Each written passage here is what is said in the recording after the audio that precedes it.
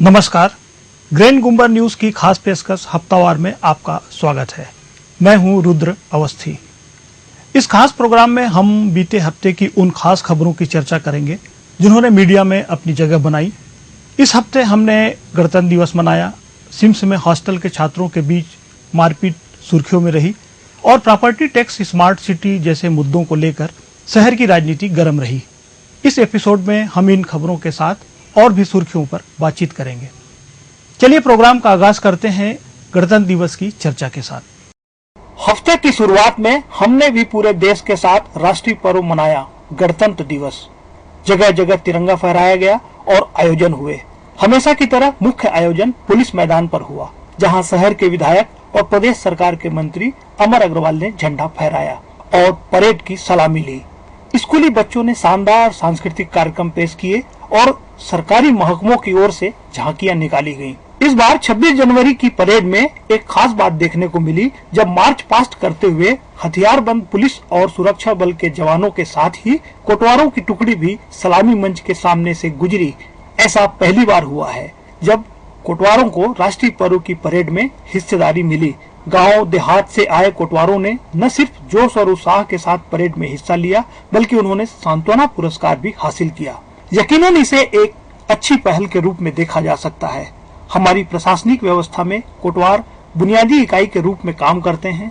Police और revenue महकमे के कामकाज में उनकी अहम भूमिका है, लेकिन जिस तरह हर एक इमारत में बुनियाद की ईंट उपेक्षा और गुमनामी के बीच रहकर ही अपना किरदार निभाती है, उसी तरह गांव-गांव में कोटवार भी अपनी जिम्मेदारी निभाते आ रहे हैं। बुनियाद की इस ईंट को पहली दफे अपने वजूद और पहचान का एहसास कराने का मौका मिला।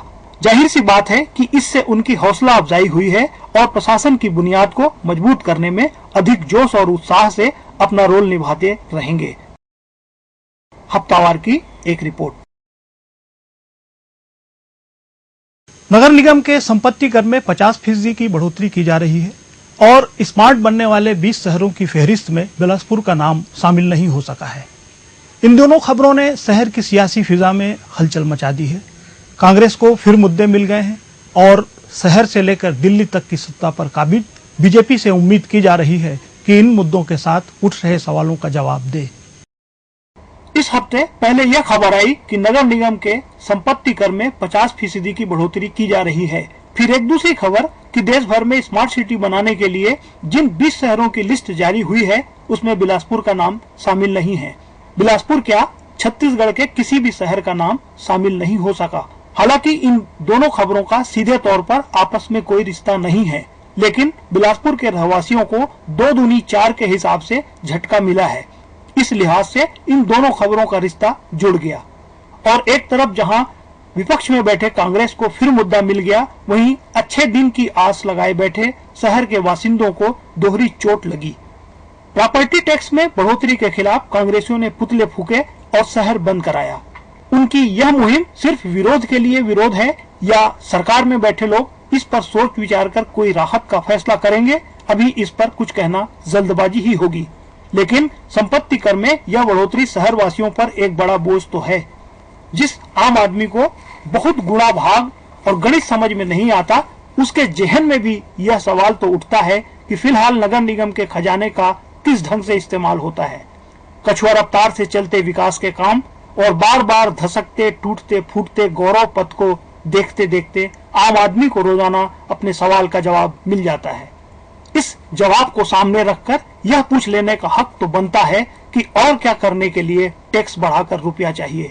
जहां तक स्मार्ट सिटी का सवाल है, इस मामले में भी नगर निगम के कर्णधार जवाबदेही से बच नहीं सकते। चाहे निगम की पूरी व्यवस्था पर हावी अफसरशाही हो या उसके नीचे दबकर अपना किरदार निभा रहे हमारे नुमाइंदे, सभी से यह पूछा जा सकता है कि शहर को स्मार्ट बनाने के लिए क्या किया। सचमुच के आपसी संवाद को ताक पर रखकर नुमाइशी चर्चा परिचर्चा गोष्ठी पर करोड़ों खर्च करके भी शहर वालों को यह नहीं समझा सके स्मार्ट शहर का ब्लूप्रिंट क्या होगा, तो भला दिल्ली में बैठे लोग क्या समझ सकेंगे। जिस सीवरेज को स्मार्ट बिलासपुर की मार्कशीट का नंबर बढ़ाने वाला प्रोजेक्ट बताया जा रहा है, उसे शहरवासी 1-2 साल नहीं बरसों से झेल ही तो रहे हैं। स्मार्टनेस के रास्ते पर शहरवासी अपने हिस्से का खामियाजा तो भुगत ही रहे हैं, क्या व्यवस्था के जिम्मेदार लोग भी कभी अपने हिस्से की फजीहत को स्वीकार करेंगे? इन्हीं सवालों के साथ बिलासपुर वासी आने वाले वक्त का इंतजार कर रहे हैं। हफ्तावार की एक रिपोर्ट। एक घटना ने बीते दिनों सिम्स में हलचल मचा दी और यह खबर सुर्खियों में आ गई कि हॉस्टल के छात्रों के दो गुट एक दूसरे को मारने पीटने पर उतारू हैं। विवाद सामने आने के बाद सिम्स प्रबंधन की ओर से पहल तो की गई, लेकिन यह सवाल अब भी कायम है कि वह दिन कब आएगा जब सिम्स इस तरह के विवादों की बजाय आम आदमी के बेहतर इलाज के नाम पर पहचाना जाएगा। अपने बिलासपुर शहर ने बड़ी जद्दोजहद के बाद मेडिकल कॉलेज हासिल किया है। कई नुमाइंदे आए और गए, आंदोलन होते रहे, धरना प्रदर्शन चलता रहा, लेकिन शहर का यह सपना छत्तीसगढ़ राज्य बनने के बाद ही पूरा हुआ। उस समय के मुख्यमंत्री अजीत जोगी ने यह सोचकर इसका नाम छत्तीसगढ़ आयुर्विज्ञान संस्थान सिम्स रखा था कि अखिल भारतीय आयुर्विज्ञान संस्थान एम्स की तरह आम आदमी इलाज के लिए इस संस्थान पर भरोसा कर सकेगा। सिम्स बनने के बाद करोड़ों रुपए खर्च भी होते गए। इलाज की सुविधा को लेकर इसकी क्या स्थिति है, उसे खबरों के जरिए अक्सर ही उजागर होते हम देखते हैं, लेकिन उससे अधिक सिम्स का नाता विवादों से रहा है। ताजा विवाद उस समय उभर कर सामने आया जब सिम्स हॉस्टल में रहने वाले जूनियर छात्रों ने इंटर्नशिप कर रहे एक डॉक्टर की पिटाई कर दी। पिटाई में जख्मी हुए डॉक्टर को नाजुक हालत में आईसीयू में भर्ती कराना पड़ा। सिम्स प्रबंधन ने कड़ी कार्रवाई का भरोसा दिलाया जिससे दोबारा ऐसी घटना न हो। जो बदमाशी किया है उसको एक्शन लेंगे। तो ऊपरी तौर पे पता चला है कि से भी हो रहे हैं यहाँ से घर पे। नहीं, ये बिल्कुल अभी मैं इसके बारे में नहीं बता पाऊंगा क्योंकि मेरी जानकारी नहीं है, लेकिन ये है सब यदि बदमाश लोगों को तो यहाँ पे जरूरत नहीं है। जाहिर सी बात है कि पिछले विवादों की तरह इस बार भी सिम्स मैनेजमेंट ने इस पर पर्दा डालने की कोशिश की। अब इसकी जांच के लिए 3 डॉक्टरों की एक टीम बना दी गई है, जिसकी रिपोर्ट पर आगे की कार्रवाई होगी। इस मामले में कार्रवाई जो भी हो, लेकिन आम लोगों के जहन में यह सवाल अब भी कायम है कि इस तरह के विवादों से नाता तोड़कर सिम्स अपनी ऐसी पहचान कब बनाएगा जिसके लिए उसे बनाया गया है। हफ्तावार की एक रिपोर्ट। पक्षी प्रेमियों के लिए यह अच्छी खबर है कि छत्तीसगढ़ के पंछियों और उनके रहवास को बचाने के लिए पहल की जा रही है। इस दिशा में जैव विविधता पर अध्ययन का काम शुरू किया है बिलासपुर विश्वविद्यालय ने। इस काम में स्वयंसेवी संस्था कंजर्वेशन कोर सोसाइटी भी यूनिवर्सिटी के साथ है। जिस तैयारी के साथ यह काम शुरू किया गया है, अगर उसी हौसले के साथ इसे अंजाम तक पहुंचाया गया तो उम्मीद की जा सकती है कि अच्छे नतीजे सामने आ सकते हैं। हमारे छत्तीसगढ़ की यह खासियत है कि यहाँ का 40% से अधिक हिस्सा जंगलों से घिरा हुआ है, जिसमें तरह तरह की प्रजातियों के पेड़ पौधों के साथ ही पशु पक्षियों का भी रहवास है। इस जैव विविधता को बारीकी से समझने बूझने की जरूरत पिछले काफी समय से महसूस की जा रही है। इस दिशा में अलग अलग स्तर पर काम हो भी रहे हैं।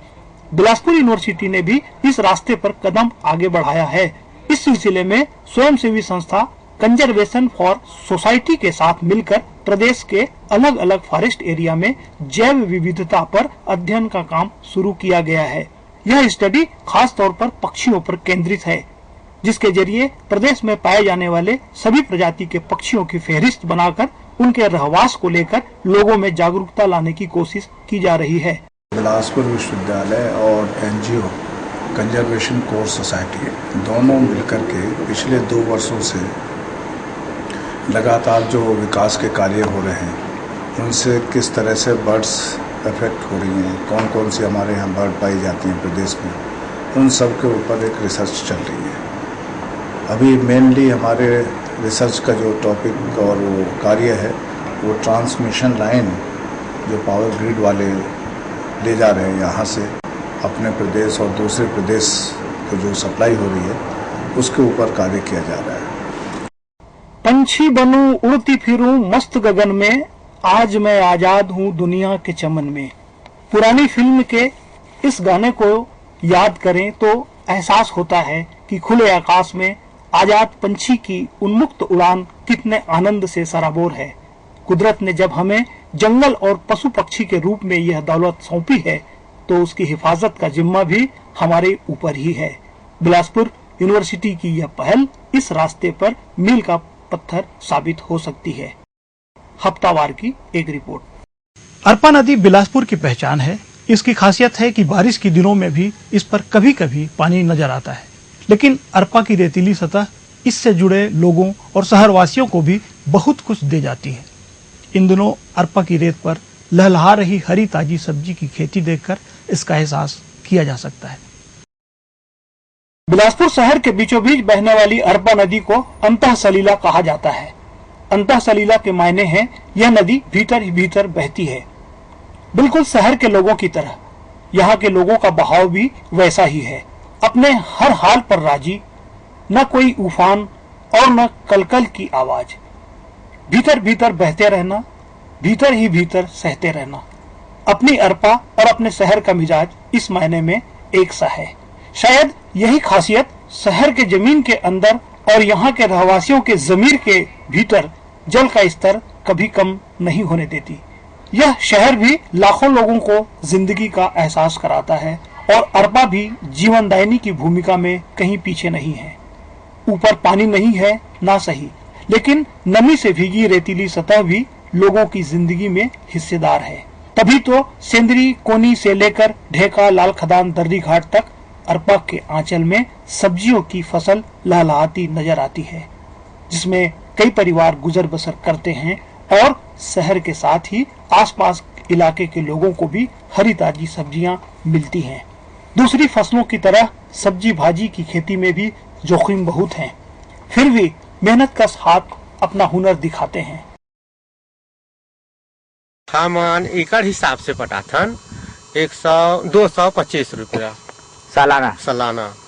तो यहाँ कितना की आमदनी हो जाते हैं? इमा आमदनी हो जाते करेला, उससे सब्जी लगाथन ना खेती बाड़ी, तो थोड़ा एक एकड़ में ऐसे 20,000 25,000 जैसे जैसे कमाई। अपनी ऐसी खूबियों के साथ अरपा शहर को बहुत कुछ दे जाती है, लेकिन अपने ही भीतर बहते बहते खामोश सा शहर शायद कभी यह सोचने के लिए वक्त नहीं निकाल पाता कि हम अरपा को क्या दे रहे हैं। अरपा को हमने जैसा बना दिया है, उस हाल में भी वह हमें खुशहाल कर रही है, और हम हैं कि अरपा के लिए कुछ करने की बारी आती है तो एक दूसरे का मुंह ताकते हैं। प्रोजेक्ट हैं, फाइलें हैं, मीटिंग है, और हम हैं, अरपा भी वही है। हफ्तावार की एक रिपोर्ट। तो यह था हफ्तावार का हमारा यह अंक। अगले हफ्ते नए मुद्दों और नई खबरों के साथ फिर होगी मुलाकात। नमस्कार।